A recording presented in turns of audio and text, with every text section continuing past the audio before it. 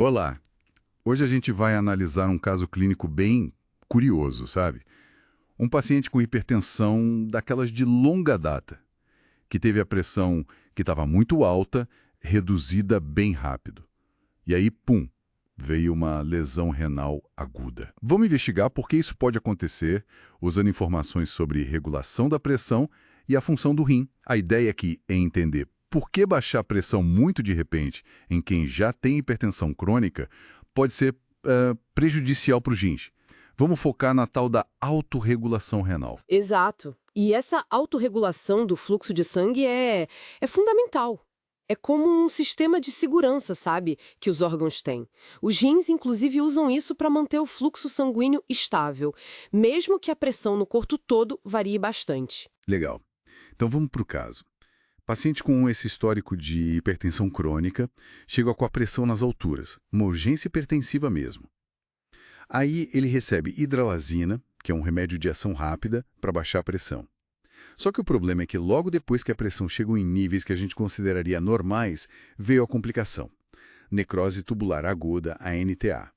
E isso foi visto lá no exame de urina, pelos cilindros granulares, que são tipo uns restos das células do rim que foram danificadas, né? Esse quadro é o que a gente chama de isquemia normotensiva. Parece até contraditório, né? Isquemia, que é falta de sangue, com a pressão normal. Mas é isso mesmo. Os rins sofreram porque não chegou sangue suficiente para eles, apesar da pressão geral do corpo estar numa faixa considerada normal. Para a gente entender isso, a gente precisa ver como o rim se protege normalmente. Tem dois jeitos principais, dois mecanismos de autorregulação. O primeiro é a resposta miogênica. As arteríolas aferentes, que são as artérias bem pequenininhas que levam sangue para os filtros do rim, elas têm músculo na parede. Quando a pressão sobe e estica essa parede, esse músculo reage. Ele contrai a artéria. Isso ajuda a limitar o fluxo e a pressão lá dentro dos glomérulos, que são super delicados. E o segundo? O segundo é o feedback túbulo glomerular. Funciona assim. Se a pressão sobe muito e a filtração aumenta demais, mais sal sódio e cloreto chega numa parte específica do túbulo renal, a mácula densa. Ela funciona como se fosse um sensor de sal mesmo. Quando ela detecta esse excesso, ela libera umas substâncias, tipo adenosina, que mandam um sinal para a mesma arteríola aferente contrair de novo. Aí a filtração volta ao normal. Entendi. São tipo uns freios automáticos, né? Para não deixar a pressão estourar lá nos filtros renais. Mas e quando a pessoa já tem pressão alta há muito tempo? O que muda? Como é que o rim se vira com isso? Aí é que está o ponto central. Na hipertensão crônica, o rim se adapta, ele não fica passivo. As arteríolas aferentes, elas acabam desenvolvendo uma contração basal mais forte. Elas ficam cronicamente mais apertadas, digamos assim. Essa adaptação muda completamente a regra do jogo da autorregulação. Ela desloca toda a faixa de pressão em que o rim consegue manter o fluxo estável, que a gente chama de curva de autorregulação, para níveis mais altos. Num gráfico, a gente diz que essa curva toda vai para a direita. Opa, aqui a coisa fica interessante de verdade. Quer dizer, então, que o que era normal para os rins daquele paciente específico já não era mais o normal de uma pessoa sem hipertensão. É como se o termostato do rim tivesse sido reajustado para funcionar numa temperatura, quer dizer, numa pressão mais alta, né?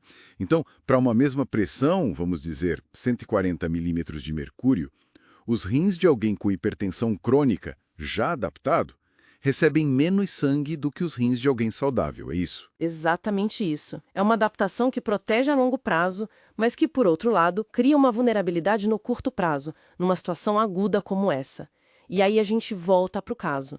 Baixar a pressão rápido para 145 por 95 milímetros de mercúrio, que até parece um valor razoável, né? Mas para esse paciente já recalibrado, isso representou uma queda muito, muito brusca em relação ao ponto que ele estava acostumado a operar. O fluxo de sangue para o rim caiu abaixo do mínimo que ele precisava, e isso causou a falta de oxigênio, a isquemia e a morte das células dos túbulos ANTA. Nossa, faz todo sentido agora.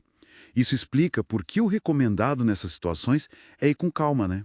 Baixar a pressão mais devagar, talvez mirar, sei lá, uma redução de 25% em algumas horas, em vez de tentar normalizar tudo de uma vez. Mas imagino que tiveram que pensar em outras coisas também, né? Outras causas para essa lesão renal. Sim, Claro, sempre tem que considerar o diagnóstico diferencial. Por exemplo, lúpus induzido pela hidralazina. Mas, geralmente, isso dá outros sintomas no corpo, achados diferentes na urina que não parecer ser o caso. Outra coisa seria a nefrite intersticial alérgica, uma reação alérgica ao remédio, mas é menos comum com a hidralazina. Talvez ocorresse com mais tempo de uso e costuma ter outros sinais, tipo eosinófilos na urina. Também não falaram nada de cristais na urina, então afasta a cristalúria. E a hidralazina, na verdade, até ajuda o coração a bombear, porque diminui a resistência, né? Então ela tende a aumentar o débito cardíaco e não diminuir. Então, pensando em tudo isso, a isquemia por causa dessa queda relativa da perfusão renal realmente parece a explicação mais lógica para o que aconteceu. Entendi. Então a grande lição que fica é essa adaptação do rim, né? Que protege, mas também pode criar um risco. Precisamente. A mensagem técnica principal é essa. Em quem tem hipertensão há muito tempo, essa adaptação crônica desloca a curva de autorregulação renal para a direita. E aí uma correção muito rápida da pressão, mesmo para níveis que seriam normais para a maioria das pessoas, pode, paradoxalmente, causar isquemia no rim, porque o fluxo sanguíneo cai abaixo do que aquele rim já adaptado a pressões altas precisa para funcionar.